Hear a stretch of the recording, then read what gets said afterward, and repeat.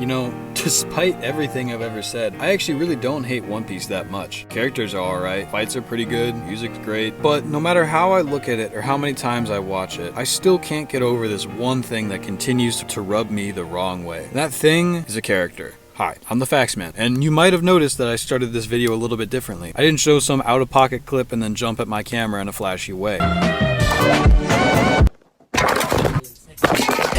That may continue. I don't really know. I'm just changing things up. Why not, right? I'm going to chop this video up into 3 very digestible segments. Brook's role, Brook's backstory, and Brook as a character. I also want to note that despite the fact that I'm not done with One Piece, I still feel very entitled to an opinion because I have wasted so much of my life on this already, and I really don't feel like I need to finish this show to be able to say that this character is very bad. Or at least he is right now. I mean, I don't know. Maybe he's gonna get better. Anyways, there's no point in talking around. Let's cut to the chase here.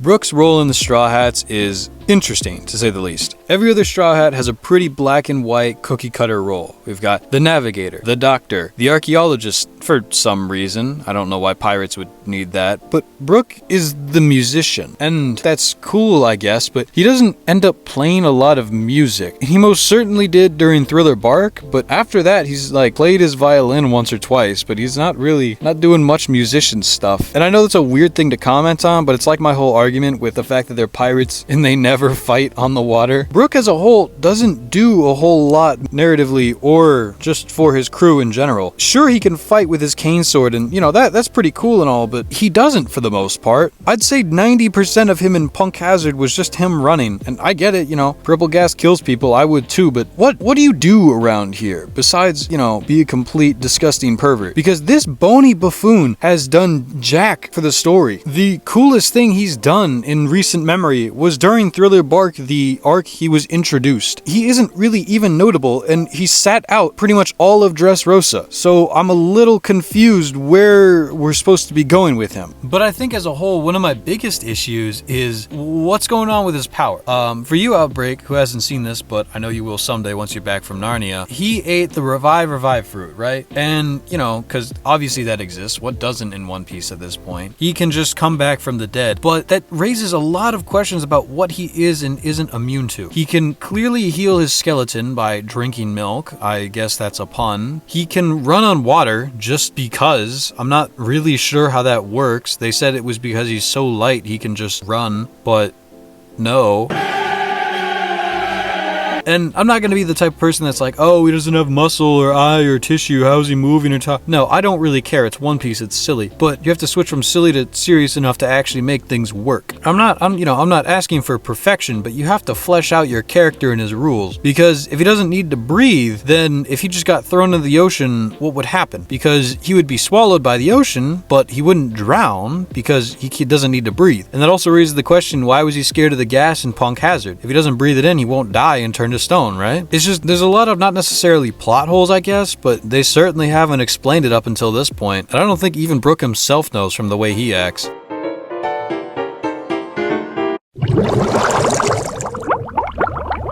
Alright. Here's the gist of things. All the Straw Hats have pretty good backstories, except for Chopper and Zoro, whose are just embarrassingly bad. But Brooks is on a level all by himself. And I remember watching Thriller Bark and seeing this, and I was just hit with a tactical nuke of emotions. I was so unprepared because of how silly Thriller Bark was, and I mean, don't get me wrong, we all know how I feel about that. His feet attached directly to his ass! Ghost bitch, like a big-ass zombie. Yes.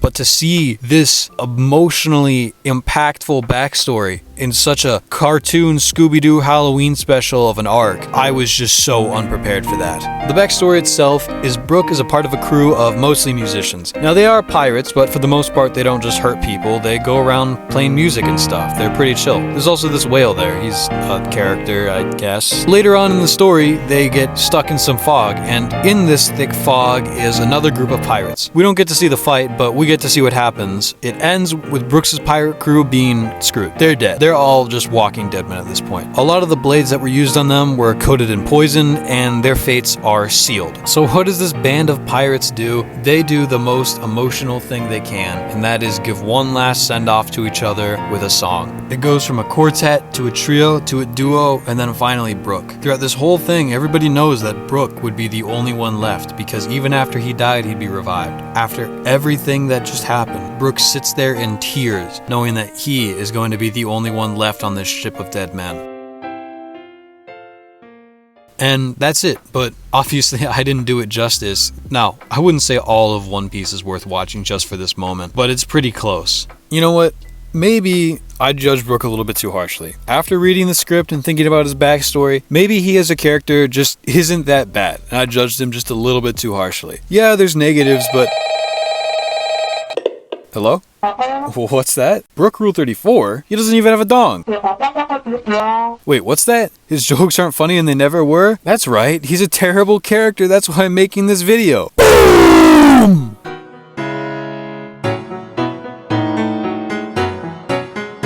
After such an amazing high of an origin story. Do you know what I was excited to look forward to in Thriller Bark with Brook? A fun and awesome character. Do you know what one of his first lines was when he got introduced? He asked Nami if he could sniff her panties. I thought that I could just somehow ignore it and look past it after such a backstory. But did One Piece ever make sure that they could prove me wrong? I don't think Brook has ever said anything actually funny, if I'm going to be completely honest. And now, yeah, I get it. You know, if you're alone on a boat for like 200 years, you're probably going to come up with some pretty corny jokes. Brook, time and time again, just sort of doesn't really do anything. He's undefined by rules. He just does whatever he wants because he's immortal, I guess. He felt like a Halloween filler character that just ended up as part of the crew. And now, apparently he actually does stuff in Whole Cake Island, so I guess see you guys then. But so far, we've had a very solid 300-some episodes, and he hasn't done jack for the story. So yeah, all of this 10 out of 10 backstory used up on a poorly written non-stop panty joke.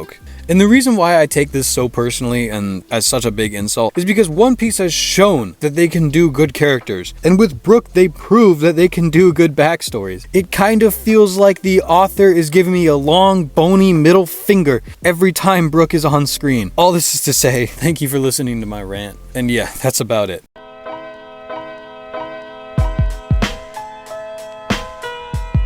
Who needs a medic? Yo, we gonna frag any green in there? This is a warning for the Scots Law violation. It does not go on your record. You do not have to pay it.